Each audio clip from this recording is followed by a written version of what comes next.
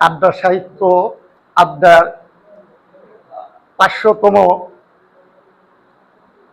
এই অনুষ্ঠানের মধ্যমণি বাংলাদেশ ইতিহাস ঐতিহ্য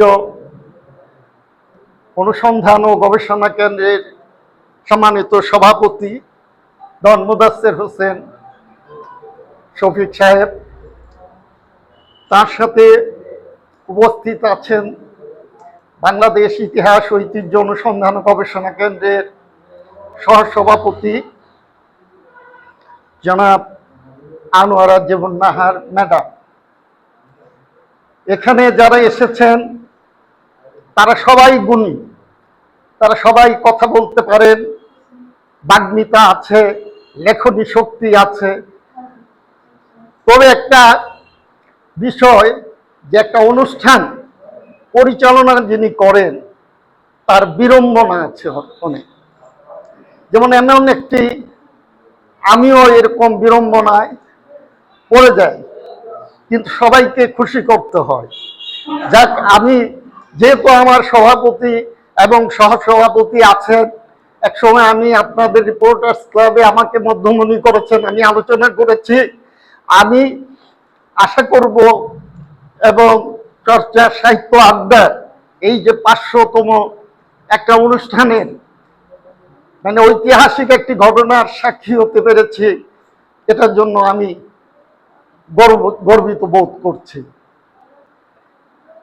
আমি শুধু একটা কথাই বলবো, যারা সাহিত্য সংস্কৃতির সাথে জড়িত, আমাদের ভেতর কোনো বিভেদ নাই, আমাদের ঐক্যতাই আছে। কে কি করেন, কে কার লেখা মারেন, এটার আলোচনার বিষয় হতে পারে না, এটা সময় বিচার করবে। একসময় জীবনানন্দ দাশ উপেক্ষিত ছিলেন, এখন এই সময়ে এসে উনি অত্যন্ত আধুনিক। আমি মূলত সংবাদপত্রের লোক, ১৯৭২ সাল থেকে সক্রিয় সাংবাদিকতায়, আমি ময়মনসিংহ জেলায় সক্রিয় সাংবাদিকতায় জড়িত ছিলাম। তার পরবর্তী সময় আমি অনেক পত্রিকাতে কাজ করেছি এবং সিরাজউদ্দিন কাশেমপুরী, যিনি আমাদের ময়মনসিংহ বার্তা পত্রিকায় কাজ করতাম, উনি লেখা দিতেন, ওনার সাথে সেই সময় পরিচিত হয়েছি। গোলাম সামদানি কুরাইশি স্যার, উনিও ময়মনসিংহ বার্তা পত্রিকায় কাজ করতেন, আমিও করতাম, পরিচিত হয়েছি।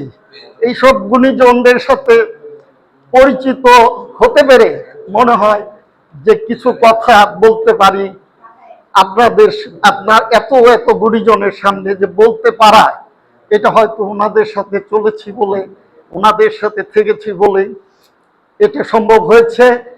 কেন্দ্র ঐতিহ্য সারা বাংলাদেশে এইটা সুবিদিত। আজকে এই যে রয়্যাল বাড়িতে আমাদের যে দেওয়ান মুদাচ্ছের হোসেন সাহেব, তাঁদের ইতিহাস জড়িত আছে। শুধু রয়্যাল বাড়ি না, আপনারা জানেন হৈবতনগর, বৌলাই জমিদার বাড়ি, তাদের সাথেও তাদের একটা সংযোগ আছে। মনিরুদ্দিন ইউসুফ, যিনি একজন সুসাহিত্যিক এবং শাহনামা গ্রন্থের অনুবাদক, এটা একটা অবিস্মরণীয় কাজ করে গেছেন। তিনারই আপন ভাগ্নে দেওয়ান মুদাচ্ছের হোসেন শফিক সাহেব।